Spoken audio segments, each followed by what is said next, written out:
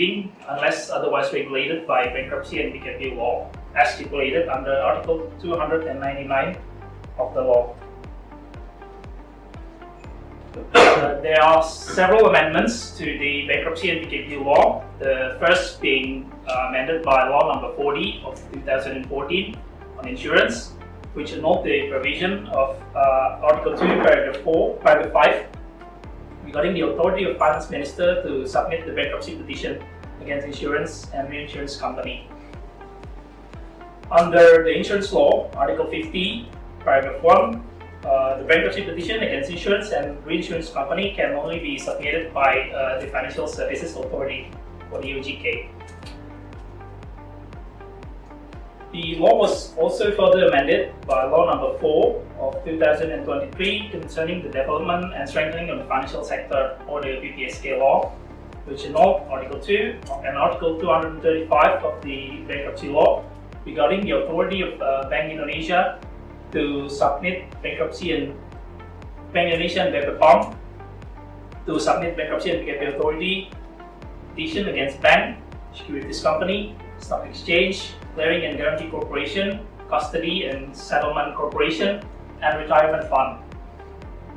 Article 8B of the Law Number 21 of 2011 on OJK, as amended by the BPSK law, stipulates that OJK is the sole authorized body to submit the bankruptcy and or PKPU petition against bank, securities company, stock exchange, clearing and guarantee corporation, custody and settlement corporation, and retirement fund. Aside from amendments, there are also several judicial reviews against bankruptcy and PKPU law, which are granted by the Constitutional Court. The first being Constitutional Court decision number 71 and 001 of 2005, dated 17th of May 2005, which decided that Article 6, Paragraph 3 and Article 224, Paragraph 6 related to the phrase Paragraph 3 of Bankruptcy and PKPU law regarding the authority of the Registrar of the Court, or the Panitra, to reject the submission of bankruptcy and PKPU petition has no legally binding power. The court considers that granting such judicial power to the Panitra, which are not the official judicial authority, is against the Constitution. What was the content of 6 paragraph 2? Content of the 6 paragraph 2 is that paragraph 3, the registrar shall reject the registration of the bankruptcy application for institution as mentioned in Article 2, Paragraph 3, Paragraph 4, Paragraph 5, if it is not done in accordance with the provision of such articles. Meaning that if the bankruptcy application against bank was not applied by Bank Indonesia, for example, or for reinsurance company is not applied by OJK, then the registrar shall have power to reject such petition. The court considers that giving such judicial power to reject the application was against the Constitution. So it will be decided by the judges then? It will be decided by the judges after this decision.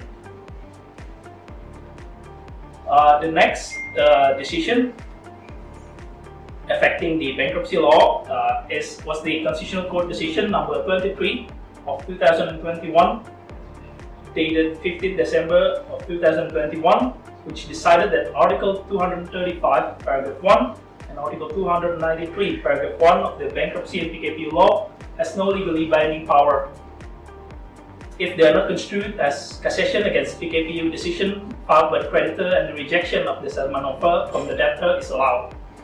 Therefore, after this decision, there are several legal remedies against PKPU decision, which in the aftermath, which is applied by the creditor, and in the aftermath, the settlement proposal is rejected by the creditor. The debtor might file for a cassation to the Supreme Court.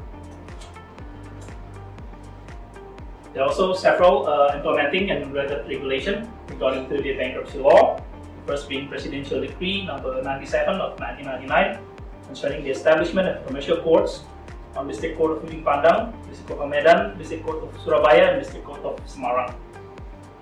There was also Government Regulation number 10, 2005 concerning the calculation of creditors' voting rights.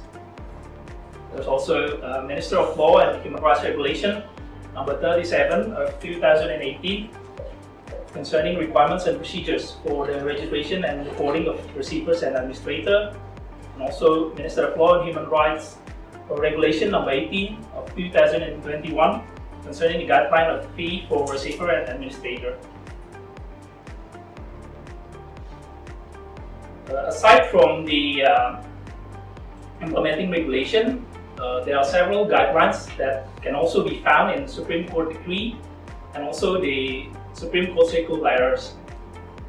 The first being the most important one currently is the Supreme Court decree number 109 of 2020 concerning the application of the Handbook of Settlement of Bankruptcy and Suspension of Payment Cases. There are also several circulators on the application of the resolution of the result of Supreme Court Chamber Plenary Meeting as an operating guidelines, or the pemberlakuan rumusan hasil rapat pleno Kamar Mahkamah Agung, which includes civil chamber resolution related to bankruptcy and PKPU proceedings. Such resolutions, although not a formal law per se, clarify certain questions of law which are not addressed by the bankruptcy and PKPU law. For example, is Civil Chamber Resolution in Circular Letter number 1 of 2022, which stipulates that a cassation may be filed against PKPU petition which is filed by creditor in which the settlement plan is rejected by creditor. Further, the resolution also stipulates that cassation may not be filed either against interim or permanent PKPU decision. This circular letter was issued as a response to the Supreme Constitutional Court decision I mentioned earlier, which modified the provision of Article 239 and 235 regarding the cassation is allowed against PKPU decision which ends in a bankruptcy because the settlement proposal was rejected by the creditors. On that subject, are you aware what is the limit of submitting the cassation? So the PKPU, there is an interim and then permanent. Right? Assuming that the proposal is rejected and then the company goes bankrupt. So when is the timing for the company who is already bankrupted to file cassation against that decision? How long does the company have? Although not clearly stipulated in the circular letter, I assume it will follow the legal remedies as stipulated, as set out in the bankruptcy and PKPU law. I believe it is.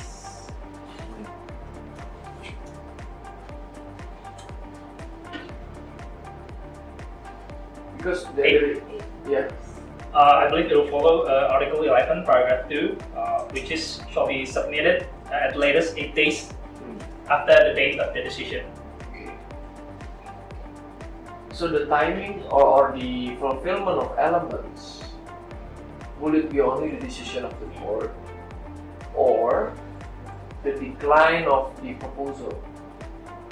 Well, after the creditors voted in the creditor meeting to decide whether to approve or to reject, and then after that the court will convene, the judges will convene in a judges meeting to deliver a judgment.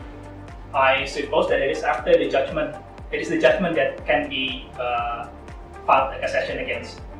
So it is after the court has declared that because the settlement proposal was rejected, that the debtor should be in a bankruptcy.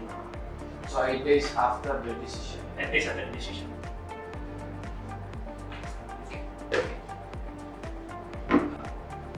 Well, I will now talk about the commercial court and the relevant jurisdiction related to the bankruptcy and PKPU proceedings. Bankruptcy and suspension of payment petitions are decided by the commercial court. This jurisdiction encompasses the area of the legal domicile of the debtor, pursuant to Article 3, Paragraph 1 of the Bankruptcy Law. If the debtor has left the Republic of Indonesia, the commercial court, which is the authority, is the one whose jurisdiction encompasses the debtor's last legal domicile. If the debtor is a partner of a firm, the commercial court, whose jurisdiction encompasses the firm's legal domicile, is also authorized to decide. If the debtor is not domiciled in the Republic of Indonesia but carries out profession or business in the Republic of Indonesia, the commercial court, who has the authority, is the commercial court, whose jurisdiction encompasses the domicile or head office of the debtor that carries out profession or business within the Republic of Indonesia. And lastly, if the debtor is a legal entity, its legal domicile shall be as referred to in its article of association. The first commercial court in Indonesia was the Commercial Court on District Court Jakarta Pusat, which was established under Article 281, Paragraph 1, the Government Regulation in lieu of Law Number 1 of 1998 regarding bankruptcy and suspension of payment. Subsequently, several commercial courts were established under Presidential Decree number 97 of 1999 as follows: the Commercial Court on District Court of Jakarta Pusat, the Commercial Court on the District Court of Ujung Pandang, Commercial Court on the District Court of Medan, Commercial Court on the District Court of Surabaya, also Commercial Court on the District Court of Semarang. So in total, there are 5 commercial courts in Indonesia. The jurisdiction of each court can be seen in this image. There is no from Borneo, Sulawesi. Sulawesi is under the commercial court. Sulawesi dan Makassar ya. What about Borneo? Borneo, Kalimantan is Surabaya. split into 2. The West Kalimantan actually under the commercial court of Pusat. Okay. And also the rest under commercial court of Surabaya. Also Papua ya. Yes, Papua is under the commercial court of Makassar. Oh, Papua is under Makassar. Yes. So the eastern part of Indonesia is under Makassar ya. This part is under Makassar. The western is under Medan. The smallest jurisdiction is the District Court of Semarang. Semarang is the smallest. Only Central Java and special region of Yogyakarta.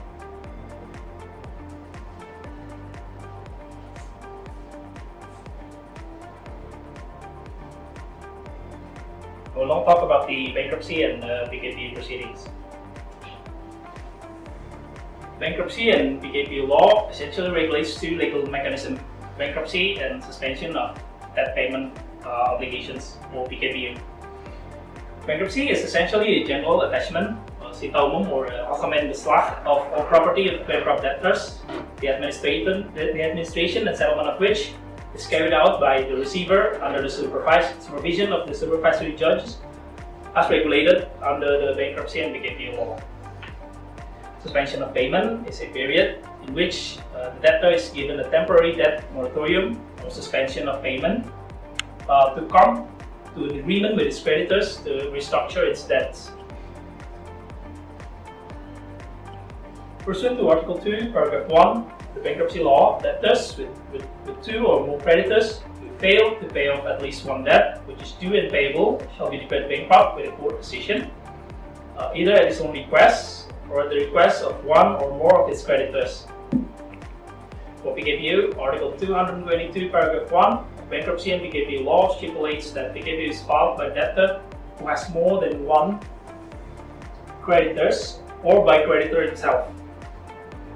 Further, Article 222, Paragraph 2 stipulates that debtor who cannot or predicts that it cannot continue to pay its debts which has been due and payable may apply for PKPU with the intention to propose a settlement plan which comprises the offer to pay all or part of its debts to its creditors. Article 222, Paragraph 3 stipulates the creditor who predicts that the debtor who cannot continue to pay its debts which has been due and payable may petition for debtor to be granted PKPU. Further, Article 8, Paragraph 4 of the Bankruptcy and PKPU law stipulates that bankruptcy petition must be granted if there is a fact or condition which is proven in a simple manner that the requirements of Article 2, Paragraph 1 have been fulfilled, which is the fact that there are two or more creditors and one of the debts has become due and payable. Based on the provision of Article 2, Paragraph 1, Article 8, Paragraph 4, and Article 222 of the Bankruptcy and PKPU law above, it can be said that to decide whether to grant a bankruptcy or PKPU petition, the court would consider the following. The first being whether the debtor has two or more creditors. The second being whether the debtor is not paying one debt which has become due and payable. And the third being whether the existence of two or more creditors and the debt which has become due and payable can be proven in a simple manner or dapat dibuktikan sederhana. Well, the first, who qualifies as a creditor? Pursuant to Article 1, Number 2 of Bankruptcy and PKPU law, creditor is a person or a legal entity who has receivable due to an agreement or law which can be claimed before the court. Conversely, debtor is a person or legal entity who has a debt due to an agreement or law, the settlement of which can be claimed before the court. Therefore, to qualify as a creditor, one must have a receivable against the debtor. Or to put it the other way, the creditor is the one to whom the debtor has a debt. So to become a creditor, qualification that must be fulfilled is that there is a debt. What considers a debt? Article 1, Number 6 of the Bankruptcy and PKPU law defines debt as an obligation which is declared or can be declared in monetary amount, either Indonesian or foreign currency, either directly or which will arise in the future, or contingent, which arise from an agreement or by law and must be fulfilled, and if not fulfilled, entitles the creditor to obtain the fulfillment from the debtor's asset. The last phrase entitles the creditor to obtain the fulfillment from the debtor's asset, and indeed the whole bankruptcy mechanism under the Bankruptcy and PKPU law is an application of the principle in Article 1131 of the Indonesian Civil Code, which stipulates that all of debtor's movable and immovable asset, either existing or which will arise in the future, shall be regarded as a collateral for debtor's personal obligation. Prior to the promulgation of the Bankruptcy and PKPU law, there is no clear definition of debt. As we have seen previously, Article 1, Number 6 comprehensively defined debt as an obligation which can be stated in monetary amount, which arise from an agreement or law. Previously, there was no such definition. The elucidation of Article 1, Paragraph 1 of the previous bankruptcy law, which is Law Number 1 of 1998, stipulates that the debt which is not paid by the debtor is the principal or its interest. It casts an ambiguity which caused that judges differed in their opinion as to what constitutes a debt. Some judges opine that debt arises only from loan agreement because of the phrase principal and its interest, which is the narrow interpretation of debt, while others opine that debt arises not only from loan agreement but also from other agreements in which the obligation of the debtor can be declared in a monetary amount, which is the broad interpretation of debt. Narrow interpretation of debt can be seen in the Supreme Court decision Number 3 of 1999, dated the 5th of May 1999, which essentially opined that debt which arises from sale and purchase of goods and sale and purchase of shares, in which the debt is due and cannot be paid in full by the debtor, then such debt is not the object of the bankruptcy based on the bankruptcy law. The object of the bankruptcy law is unpaid debt in the form of principal debt and its interest based on loan. In line with the decision above, the Supreme Court decision number 5, PK of 1999, dated 14th of May 1999, find that the definition of debt in the bankruptcy law is a debt in relation to a loan or an obligation to pay a certain amount of money as a specific form of contract other than forms of contract in general, such as sale and purchase, lease, etc. The seller's default in handing over the apartment constitutes a breach of contract, which is a ground to file a claim before the district court, but not to file for a bankruptcy petition before the commercial court. Contrary to the narrow interpretation of that, there are also some judges who adopt a more broad interpretation of that. Broad interpretation of Supreme Court decision number 8 of 1999 at the 27th of May 1999, which find that unpaid contractor's fee arising from a contract of work in which the contractor has completed his work constitutes a debt. This broad interpretation was also adopted by Supreme Court decision number 27 of 1999, dated 14 September 1999, which essentially opined that the definition of debt is every obligation of a legal subject to pay certain amount of money to the other party, which arise or based on loan agreement or any other legal obligation to pay certain amount of money, in this case to pay for the work of building construction arising from a construction contract.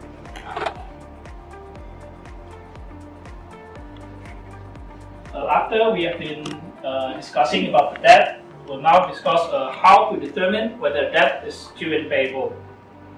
Elucidation of Article 2, Paragraph 1, the Bankruptcy and PKPU law defines debt which has become due and payable as an obligation to pay debt which has become due, either because it has been agreed, because the acceleration of its due date, because an imposition of fine or penalty by an authorized body, and because of the decision of court, arbitrator, or arbitration tribunal. To clarify on the elucidation, the Supreme Court has issued a Supreme Court Decree number 109 of 2020, which clearly stipulates that the determination of due date can be seen from the following. The first is it is stipulated in the agreement, including the declaration of due date. The second, if there is a court decision or arbitral award which is final and binding. The third, if not stipulated in an agreement, then the debt shall become due and claimed. And lastly, if there is no agreement on due date, then fulfillment of obligation might be requested by the creditor at any time. But this Supreme Court decree has its origin in the law, actually. Yes. Yeah, because I think in the elucidation explains first that the acceleration payment is also included as one of the means how to assess whether the debt is due and payable. So this is very interesting and very important. But I think what I want to ask each of you here, do you already understand clearly what constitutes a debt in the bankruptcy law? Can you go back? Carlo has explained the definition and then also has explained the narrow interpretation, right? So, in contrast, then the broad interpretation, how does the judge see when they interpret this broadly? Yes, after the publication of the current law, I think it has been clear that debt is defined broadly as an obligation which is declared or can be declared in monetary amount, which arises from an agreement or by law and must be fulfilled. So I think every obligation that arises from an agreement which can be declared in monetary amount constitutes a debt in the judge's interpretation currently.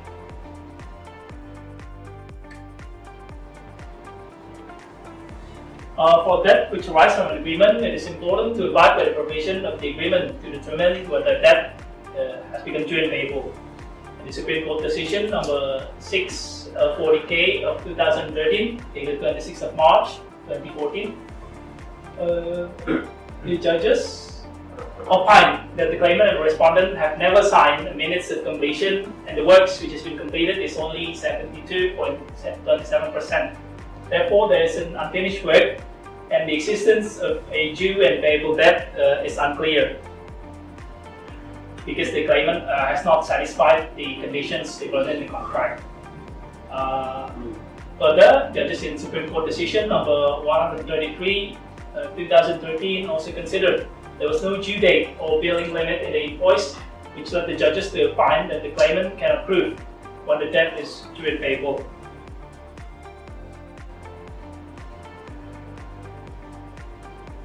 And the last requirement to grant a PKPU or bankruptcy petition is that the requirement that the fact can be proven in a simple manner or dapat dibuktikan secara sederhana. The elucidation of Article 8, Paragraph 4 of the Bankruptcy and PKPU law only defines fact or condition which is proven in a simple manner as a fact that there are two creditors and fact that there is a due and payable debt. As Pak Eri has explained, the difference in the amount of debt alleged by the claimant and the respondent shall not hinder the bankruptcy decision.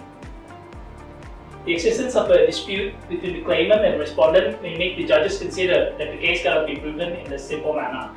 The dispute is not limited to the dispute which is adjudicated in court. Out-of-court dispute is also considered by judges as an indication that the case cannot be proven in a simple manner. Example of cases in which there are dispute in court is Supreme Court decision number 834 of 2009, which essentially considered that the existence of debt is still in conflict because it is still debated and disputed. Even regarding the existence of debt is still disputed in the District Court of Jakarta Pusat. Further, Supreme Court decision number 105K of 2012, which essentially considered that one of the parties has filed a breach of contract claim in the Bandung District Court, therefore needs further examination, and the fact is not simple. Therefore, the provision of Article 8, Paragraph 4 is not fulfilled.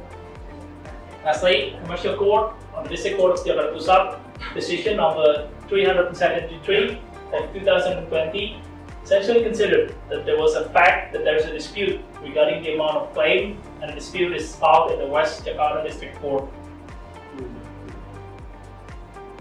Aside from the dispute that is adjudicated in court, there are also cases in which the judges considered an out-of-court dispute.